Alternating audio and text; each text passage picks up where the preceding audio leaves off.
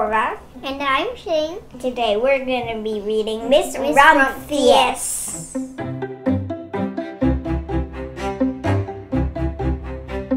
Stories come to life at playtime, story time. Follow your dreams at playtime, story time. Hi, it's me, Daisy. Welcome to Playtime Story Time, and I'm Blue. And this is our friend, Rainbow Fairy. Hi, children. Today we will read a beautiful book called Miss Rumphius. Enjoy. Miss Rumphius. Story and Pictures by Barbara Cooney. The Lupine Lady lives in a small house overlooking the sea. In between the rocks around her house grow blue and purple and rose-colored flowers. The Lupine Lady is little and old, but she was not always that way. I know. She is my great aunt, and she told me so. Once upon a time, she was a little girl named Alice, who lived in a city by the sea. From the front stoop, she could see the wharves and the bristling masts of tall ships. Many years ago, her grandfather had come to America on a large sailing ship. Now, he worked in the shop at the bottom of the house, making figureheads for the prows of ships and carving Indians out of wood to put in front of cigar stores. For Alice's grandfather was an artist. He painted pictures, too, of sailing ships and places across the sea. When he was very busy, Alice helped him put in the skies. In the evening, Alice sat on her grandfather's knee and listened to his stories of faraway places. When he had finished, Alice would say, "When I grow up, I too will go to faraway places, and when I grow old, I too will live beside the sea." "That is all very well, little Alice," said her grandfather, "but there is a third thing you must do." "What is that?" asked Alice. "You must do something to make the world more beautiful," said her grandfather. "All right," said Alice, but she did not know what that could be. In the meantime, Alice got up and washed her face and ate porridge for her breakfast. She went to school and came home and did her homework, and pretty soon she was grown up. Then my great Aunt Alice set out to do the three things she had told her grandfather she was going to do. She left home and went to live in another city far from the sea and the salt air. There she worked in a library, dusting books and keeping them from getting mixed up, and helping people find the ones they wanted. Some of the books told her about faraway places. People called her Miss Rumphius now. Sometimes she went to the conservatory in the middle of the park. When she stepped inside on a wintry day, the warm, moist air wrapped itself around her, and the sweet smell of jasmine filled her nose. "This is almost like a tropical isle," said Miss Rumphius, "but not quite."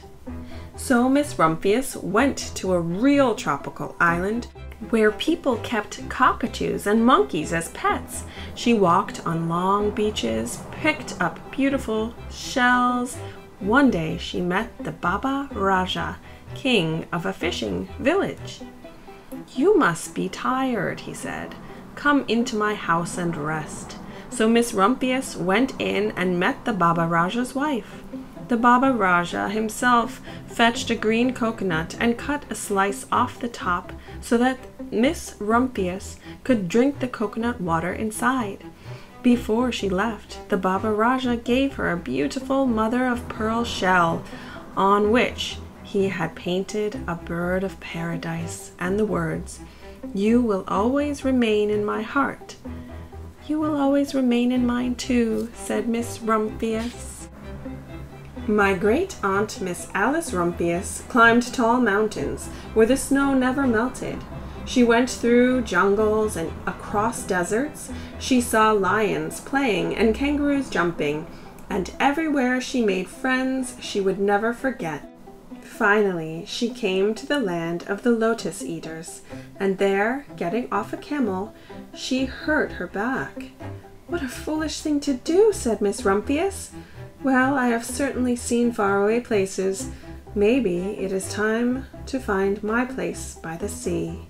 And it was. And she did. From the porch of her new house, Miss Rumphius watched the sun come up. She watched it cross the heavens and sparkle on the water, and she saw it set in glory in the evening.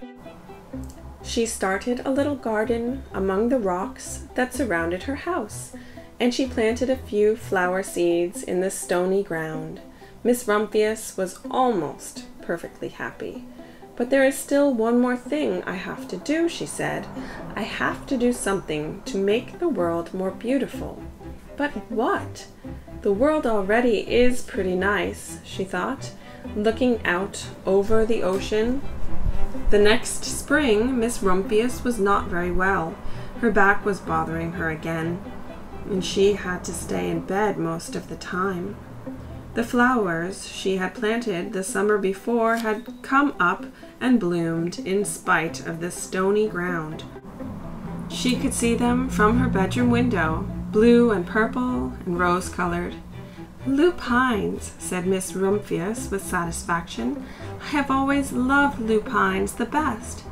I wish I could plant more seeds this summer so that I could have still more flowers next year." But she was not able to. After a hard winter spring came, Miss Rumphius was feeling much better. Now she could take walks again. One afternoon she started to go up and over the hill where she had not been in a long time. "I don't believe my eyes," she cried when she got to the top. For there, on the other side of the hill, was a large patch of blue and purple and rose-colored lupines. "It was the wind," she said, as she knelt in delight. "It was the wind that brought the seeds from my garden here, and the birds must have helped." Then Miss Rumphius had a wonderful idea. She hurried home and got out her seed catalogues. She sent off to the very best seed house for 5 bushels of lupine seeds. All that summer Miss Rumphius, her pockets full of seeds, wandered over fields and headlands sowing lupines. She scattered seeds along the highway and down the country lanes. She flung handfuls of them around the schoolhouse and back of the church. She tossed them into hollows and along stone walls. Her back didn't hurt her any more at all. Now some people called her that crazy old lady. The next spring there were lupines everywhere. Fields and hillsides were covered with blue and purple and rose-colored flowers. They bloomed along the highways and down the lanes. Bright patches lay around the schoolhouse and back of the church. Down in the hollows and along the stone walls grew the beautiful flowers. Miss Rumphius had done the most difficult thing of all. My great Aunt Alice, Miss Rumphius, is very old now. Her hair is very white. Every year there are more and more lupines. Now they call her the Lupine Lady. Sometimes my friends stand with me outside her gate, curious to see the old lady who planted the fields of lupines. When she invites us in, they come slowly. They think she is the oldest woman in the world. Often she tells us stories of faraway places. "When I grow up," I tell her, "I too will go to faraway places and come home to live by the sea." "That is all very well, little Alice," says my aunt, "but there is a third thing you must do." "What is that?" I ask. "You must do something to make the world more beautiful." "All right," I say. But I do not know yet what that can be.